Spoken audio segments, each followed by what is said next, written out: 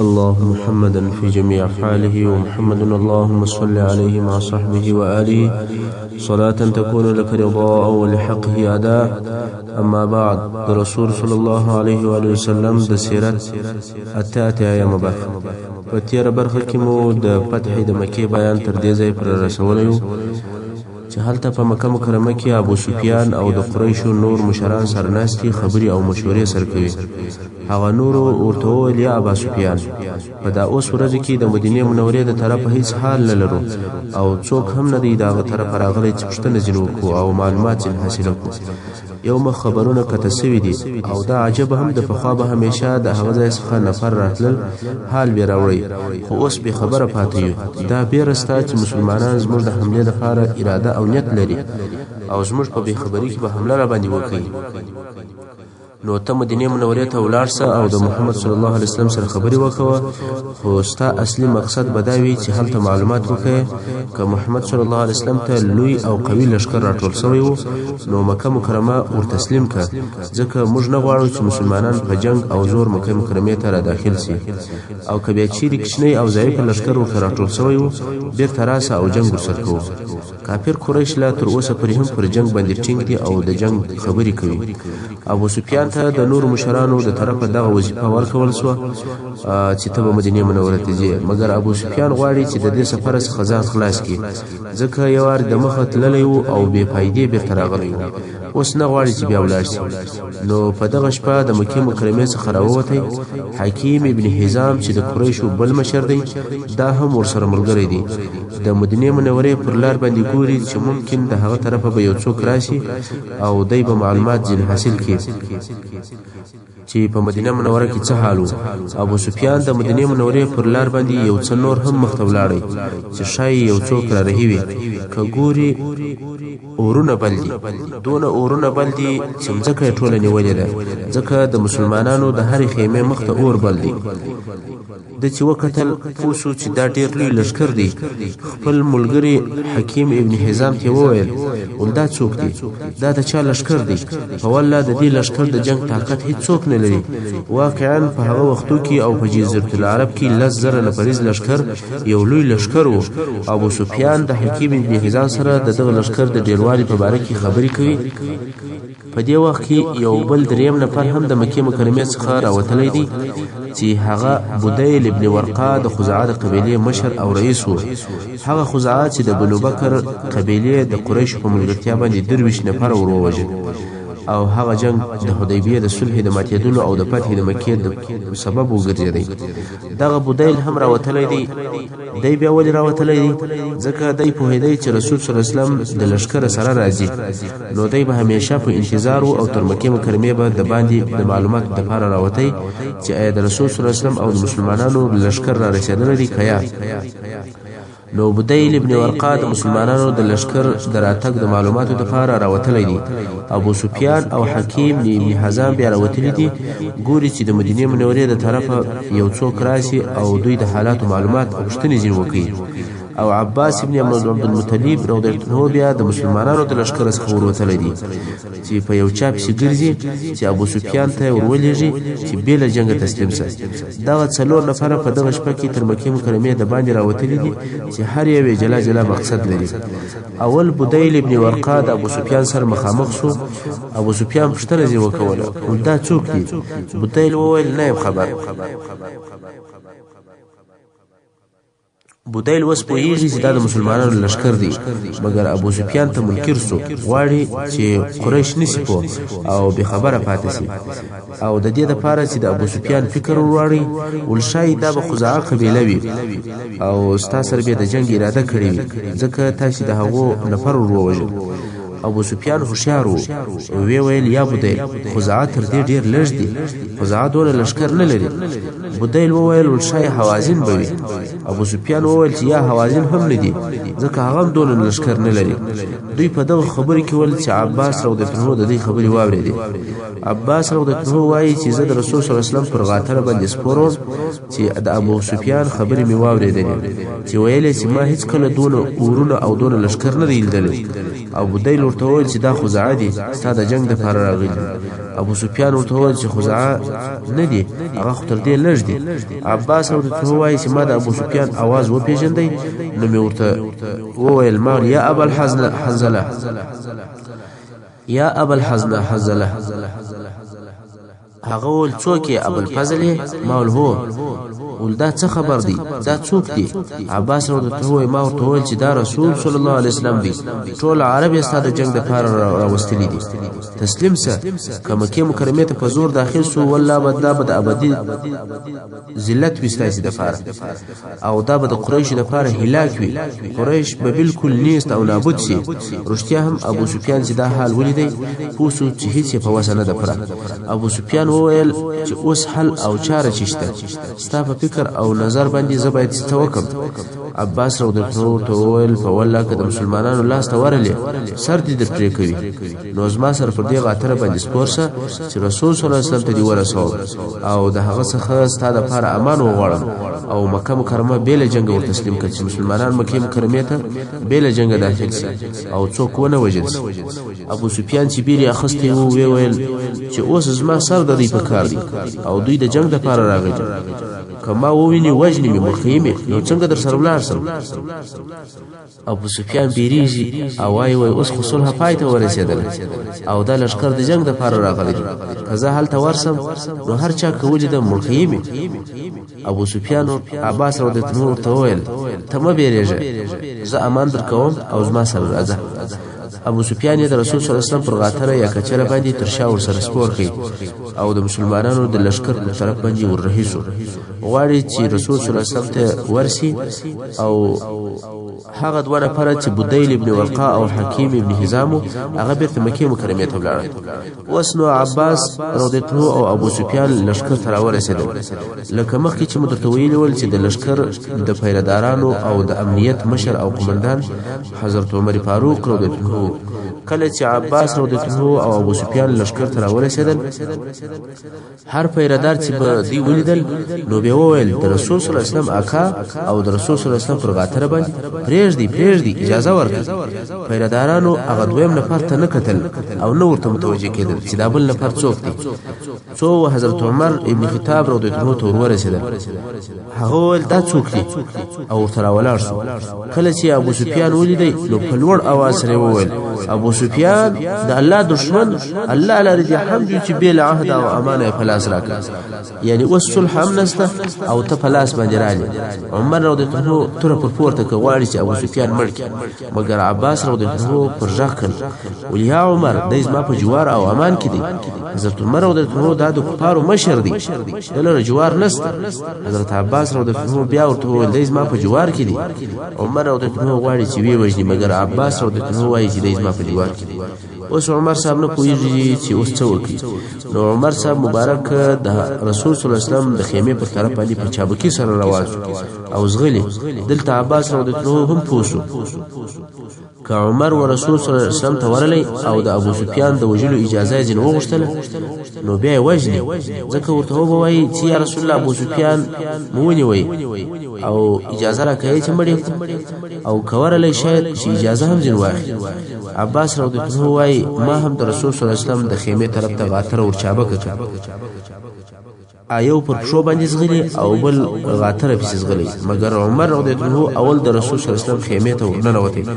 او وی ویل یا رسول الله الله جل جلاله ابو سفیان بلا عهد او جميع فلاس راوست عباس رضی الله عنه وای زه هم د غاتره څخه وغورځیدم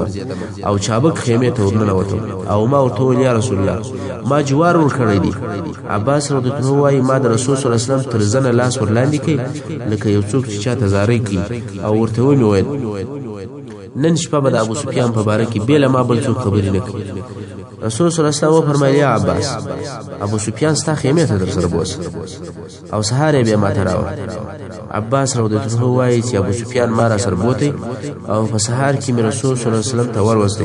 کله چې رسول صلی الله علیه وسلم ولیدي نو ورته وویل یا ابو سفیان آیا د دې وخت نه دی راغلی چې دا شهیدی ادا کړي چې لا اله الا الله ابو سفیان وویل څونه حلیم او کریم یې څونه د صله رحمی خاوند یې کچیر بیل یو الله نور علی هوای نو مشت بینن ورځ پیدا را رسولې وای نو بیل دغه یو الله بل الله نسته. رسول صلی الله علیه وسلم ورته وویل آیا د دې وخت نه دی راغلی چې شهیدي ادا کړي چې زه رسول الله یم؟ ابو سفیان وویل چې په دې باره کې ملا تر اوسه په زړه کې یو څه شک شته، یعنی تر اوسه په دې کې شکمن یم چې ته رسول الله یې. دلته عباس رضی الله عنه ورته وویل یا ابا سفیان مسلمان سه او د مخه تر دې چې سر دې درپرې شي شهیدي د لا اله الا الله وان محمد رسول الله ادا کړه او په والله که مسلمانان په زور مکې مکرمې ته داخل شول دا به تر ابده د قریشو ذلت وي. اسلام ښکاره او غالب سو او تل تر اوسه هم په شک کې. نو ابو سفیان مسلمان سو مګر په خوله وویل په زړه باندې نه چې اشهد ان لا اله الا الله واشهد ان محمد رسول الله. دا په خوله وویل مګر په زړه کې تصدیق نه و چې بیا به په ورسته کې په پوه سو. ابو سفیان وویل یا رسول الله آیا د مکې و خلکو ته امان ورکړې؟ دلته بیا عباس او د مداخله وکړه یا رسول الله ابو سفیان داسې سړی دی چې فخر یې خوښ دی، داسې یو امتیاز ورکړه چې دی په هغه سره فخر وکړي. رسول صلی الله علیه وسلم وفرمایل هو هر څوک چې د ابو سفیان کور ته ننوځي هغه په امان دی. ابو سفیان په دې امتیاز باندې خوشاله شو مګر وی ویل یا رسول الله زما کور کوچنی دی دونه نفر نه کیږي. رسول صلی الله علیه وسلم وفرمایل که څوک مسجد حرام ته داخل شو هغه هم په امان دي. ابو سفیان وویل دا هم کفایت نه کوي خلک ډیر. رسول صلی الله علیه وسلم وویل هر څوک چې په خپل کور کې کښیني او په خپل ځان پسې دروازه وتړي هغه هم په امان دي. ابو سفیان وویل هو دا عام او پراخه امان دي. اوس نو په مکه مکرمه کې لکه بندیز چې ولګېدی ځکه د دې خبرې معنا دا ده که موږ مسلمانان مکې مکرمې ته داخل سو او هر څوک مو د باندې پر لار ولیدی هغه لره امان نشته. امان چیرې دی؟ د ابو سفیان په کور کې دی، په مسجد حرام کې دی او هر څوک چې په خپل کور کې کښیني او دروازه په ځان پسې بنده کړي هغه هم په امان دی. مګر هغه څوک چې په لارو او کوڅو کې ولیدل شي هغه وژل کیږي. ابو سفیان په دې امان باندې خوشاله سو او غواړي چې ولاړ شي او قریش خبر شي. ابو سفیان مخ په مکه مکرمه باندې رهي سو. عباس رضی الله عنه هم ورسره دی خو رسول صلی الله علیه وسلم او عباس رضی الله عنه ورجخ کړ هغه بیرته راوګرځېد او ابو سفیان یوازې رهي سو. دلته رسول صلی الله علیه وسلم عباس رضی الله عنه ته ځینې اوامر او لارښوونې وکولې. بیا نو عباس رضی الله عنه هم په ابو سفیان پسې رهي سو او هلته مکې مکرمې ته نږدې د دوو غرو په مابینځ کې مکې مکرمې ته د ننوتلو لار تېره سوې ده چې موږ تنګۍ ورته وایو. دا تنګي سره دلته عباس رضی الله عنه په ابو سفیان پسې ځان ورورسوي او غږ یې پر وکړي یا ابا سفیان ودرېږه. ابو سفیان چې په خپل چورت کې ډوب و او حواس یې بایللي ول تر شا یې وکتل او ډېر وبېرېدی. والغدر کوي یا بني هاشم؟ عباس رضی الله عنه وویل ودرېږه یا خبرې در سره کوم. ابو سفیان ویل ولنږدې و چې زړه دې درېدلی وای د ډېرې پیرې څه به مې زړه جام سوی وای خو یو څه به دې په ارامه راته ویلي وای چې صبر وکړه یو څه درته وایم. داسې په یوه دم دې غږ پر راوکړئ ډېر دې سخت وبېرول. عباس رضی الله عنه وویل چې والله ما ګمان نه کوئ چې ستا بیره د دغه اندازې ته رسېدلې وي چې د غږه څه هم بیرېږي. ابو سفیان وویل ښه څه وایه؟ عباس رضی الله عنه ورته وویل چې نور نه یم خبر خو رسول صلی الله علیه وسلم امر کړی یم چې د دغه دوو غرو په مابین کې دې پر دې ځای باندې ودروم. دوی د هلته ودرېدل او هلته بیا رسول صلی الله علیه وسلم لښکر امر کوي چې حرکت وکړو. مګر هو د ابو سفیان مخ ته په داسې قسم باندې تېرېږي چې خپل جنگي او عسکري قدرت ښکاره کوي. رسول صلی الله علیه وسلم اوس غواړي چې خپل لښکر او قواوې ابو سفیان ته وښکاره کړي. اوس چې د سې شنبې د ورځې سهار دی او د هجرت د اتم کال د روژې د میاشتې 18مه ورځ ده. رسول صلی الله علیه وسلم او اسلامي لښکر د وادي فاطمې څخه چې مرج زهران ورته ویل کېدل د هغه ځای څخه د مکې مکرمې طرف ته حرکت وکوي. د لښکر اوله ډله چې مقدمه وه هغه د بني سلیم قبیله وه چې 1000 نفره د آس پاره او ټوله په اسلحه باندې پټ ول. د خالد ابن ولید په قومنداني باندې دغه ځای ته راورسېدل چې عباس رضی الله عنه او ابو سفیان دواړه په داغر کې ناست دي. ابو سفیان دغه قبیله نو پیژندله. ولیا عباس دا څوک دی؟ عباس رضی الله عنه دا بنو سلیم دی. ابو سفیان وویل چې زموږ او د بنو سلیم سره څه زموږ د هغو په مابین کې څه اختلاف او مشکل نشته، دوی ولې راغلي؟ بیا بل قبیله تېره شوه، بیا بل قبیله، خو هره قبیله چې تېرېږي ابو سفیان د عباس رضی الله عنه څخه پوښتنه کوي چې دا څوک او هغه یې ورښیي. ابو سفیان د هرې قبیلې سره وایي چې زموږ او د دې سره څه. رسول صلی الله علیه وسلم ټولې قبیلې امر کړي وې چې کله د ابو سفیان پر برابر ورسي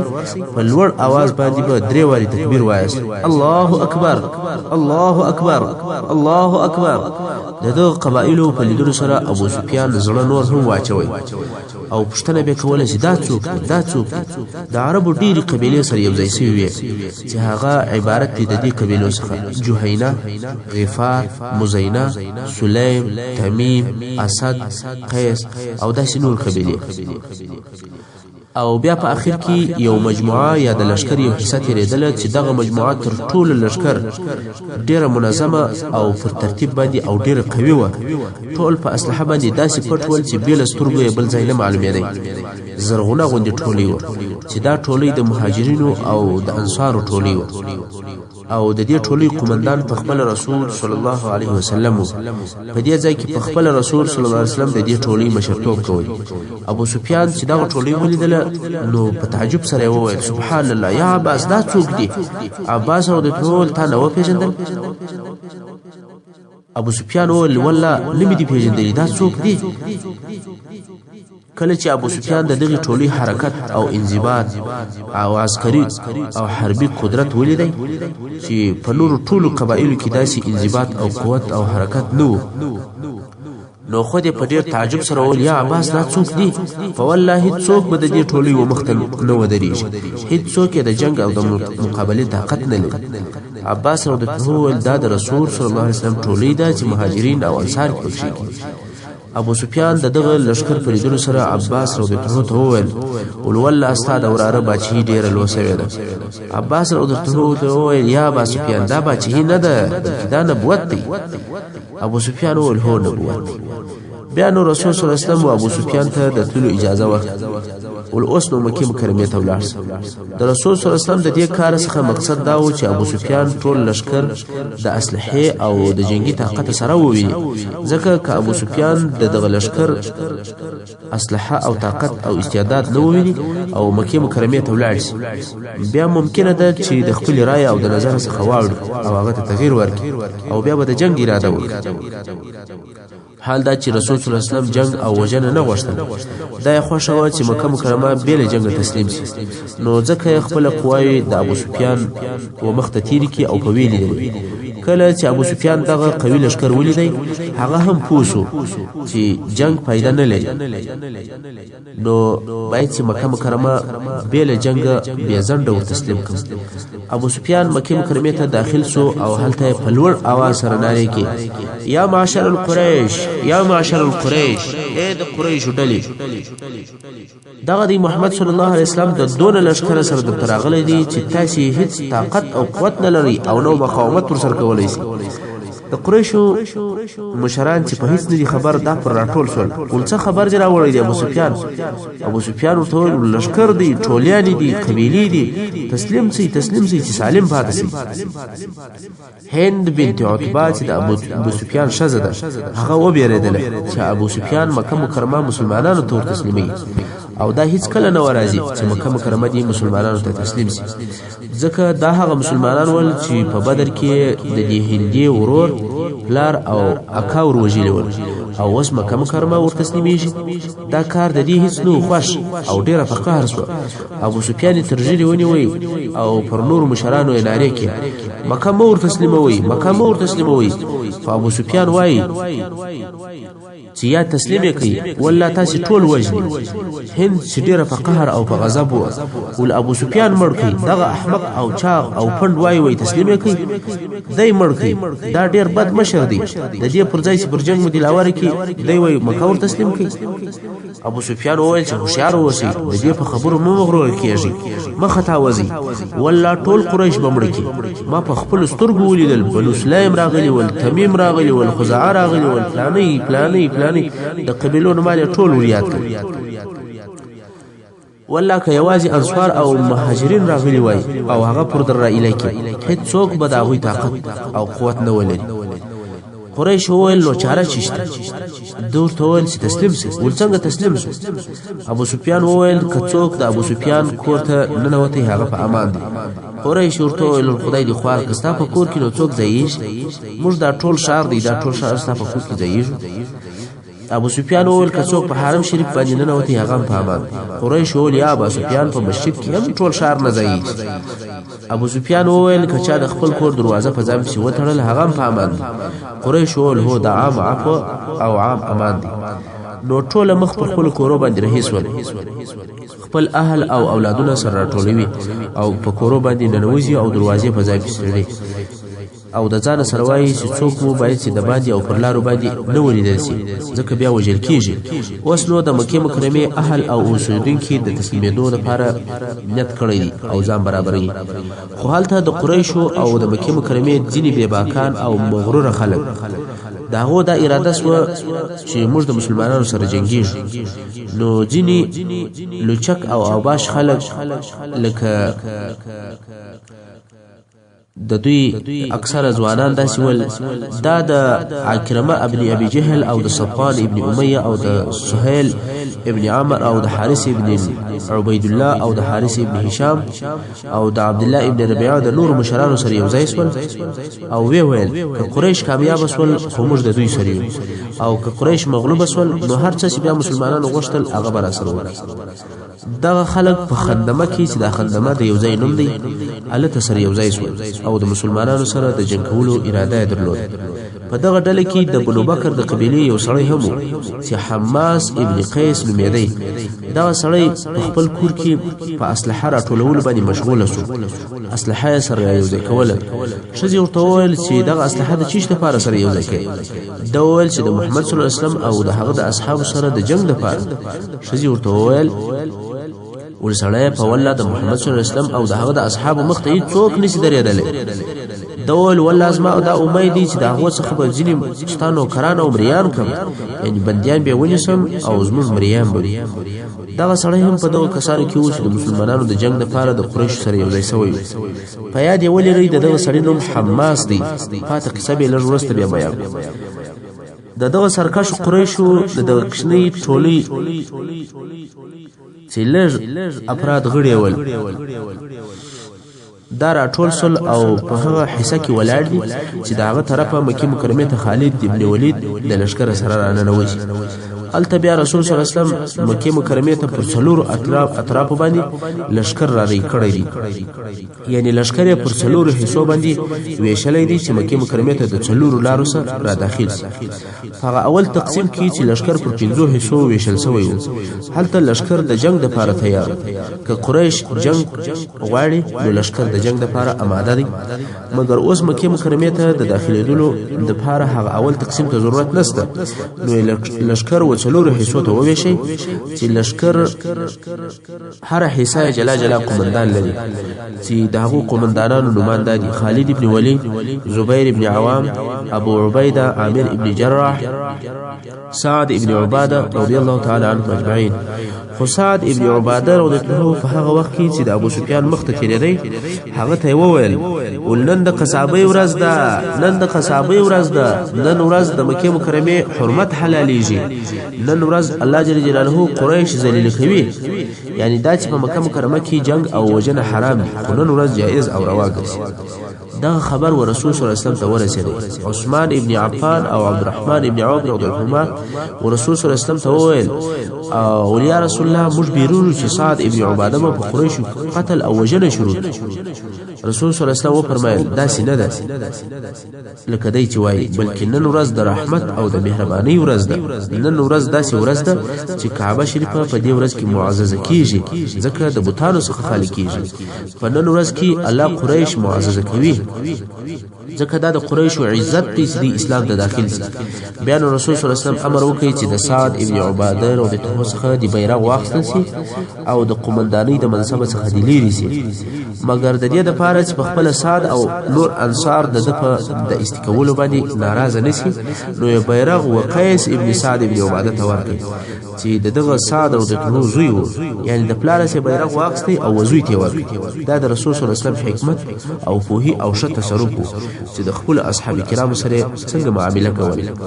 لشکر د څلورو طرفو څخه حرکت وکول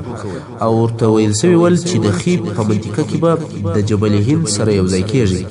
دغه منطقه او مکه مکرمه ته ډیره نږدې ده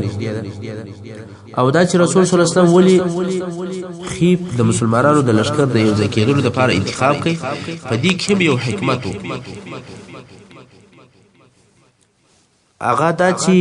په پخوا کې د قریشو مشران په دغه ځای کې سره راټول شوي ول او پر دې عهد او قسم کړی و چې د همیش دپاره به د رسول صلی الله علیه وسلم سره جنګیږو، هیڅ وخت به نه ورته تسلیمیږو او نه به صلح ورسره کوو، خامخا به محمد صلی الله علیه وسلم وژنو. د قریشو دغه وعدې او قسمونه او هغه د مقاطعې او د بندیز اتفاق په دغه خیب کې سوی و او رسول صلی الله علیه وسلم د دې لپاره په خیب کې اوس واړول چې قریش هغه خپل عهد او قسمونه په هغه ځای کې کې په کوم ځای کې سودی حالت د عهد او قسمونه کړی و. رسول صلی الله علیه وسلم د لشکر څلور حصے امر کې چې ټولي د خیب په منطقه کې سره یو ځای شي او لشکر ته یو بل امر دا هم کړی و چې نه به د چا سره جنگ کوي او نه به څوک وژني به له هغه کسانو سره چې جنگ در سره کوي، ځکه چې موږ جنگ او وژنه نه غواړو. به له لس نفرو څخه چې دغه لس نفره چې مو هر چیرې پیدا کړي مړه کوي، که څوم د کعبه شریف په پوښو باندې زړیږي لا مړک. په هر حال کې چې دغه لس نفره تی پیدا کړل وژني. په دغه لس نفرو کې شپږ نفره نارینه ول او څلور نفره ښځې وي چې نمونه یې دا رقم دي: اول اکرمه ابن ابي جهل، دویم حبار ابن الاسود، دریم عبد الله ابن سعد ابن ابي سرح، څلورم مقياس ابن سبابه الليثي، پنځم حويرث ابن نقيد، شپږم عبد الله ابن هلال. دغه نفر نارینه ول او د نارینه په نومو کې په د سیرت په کتابو کې څلور اختلاف شته او ښځې دغه وي: اول هند بنت عتبه چې د ابو سفیان ښځه ده، دا هم د اسلام سرسخته دشمنه وه او دا هغه څوک ده چې د احد په ورځ د سید الشهدا سیدنا حمزه رضی الله عنه سره هغه ظالمانه او ناوړه وضعیت وکوي. دویم سارا چې د عمرو ابن هشام آزاده شوې منځه وه او دا هغه څوک و چې د حاتب رضی الله عنه لیکې و قریش ته راوړی او بیا ونیول شو. دریم او څلورم پرتنی او قرینه چې دغه دوی منځي وي او غزلې به ویلې لکه زموږ د وطن مسلې دي، خو په غزلو کې به همیشه د رسول صلی الله علیه وسلم او د مسلمانانو زم او بد وایي. عکرمه رضی الله عنه چې بیا په ورسته کې مسلمان شو، د دې په وجلو باندې ذکر رسول صلی الله علیه وسلم امر کړی وو چې دی او د پلار د اسلام ډیر سرسخت دشمنان ول. عبد الله ابن ابي سرح، عبد الله ابن سعد ابن ابي سرح دا به هغه څوک دی چې مسلمان سو او د مسلمانانو سره په مدینه منوره کې ژوند کوي او وحی به هم لیکلی، خو بیا مرتد سو او مکه مکرمه ته راغلی. او د مقیاس ابن سبابه جرم بیا داو چې دی کافر وو او ورور چې قیس ابن سبابه نومېدی دا مسلمان وو. دغه مسلمان قیس د احد په ورځ باندې په هغه بد حال کې د مسلمانانو په مابین کې ګډوډي پیښه شوه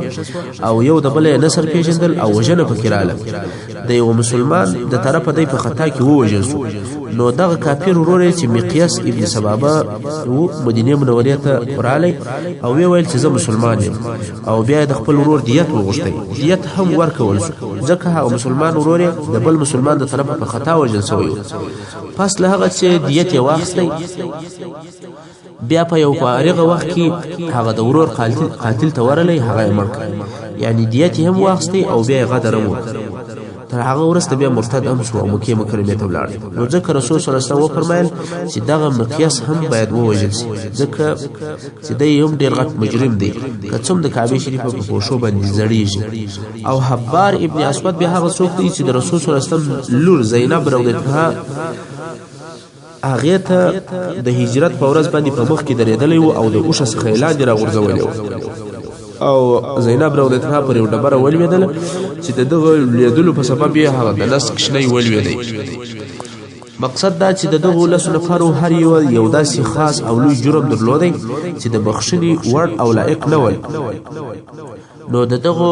اوامرو تر اورېدلو وروسته د مسلمانانو د لښکر څلورو حصو د مکې مکرمې د ښار پر طرف باندې حرکت وکوئ محترم اوریدونکو څنګه چې وخت پای ته رسیږي زموږ پاته برخه د سیرت په راتلونکو حصو کې واورئ وصلی الله تعالی علی خیر خلقه محمد و آله و اصحابه و اهل بیته اجمعین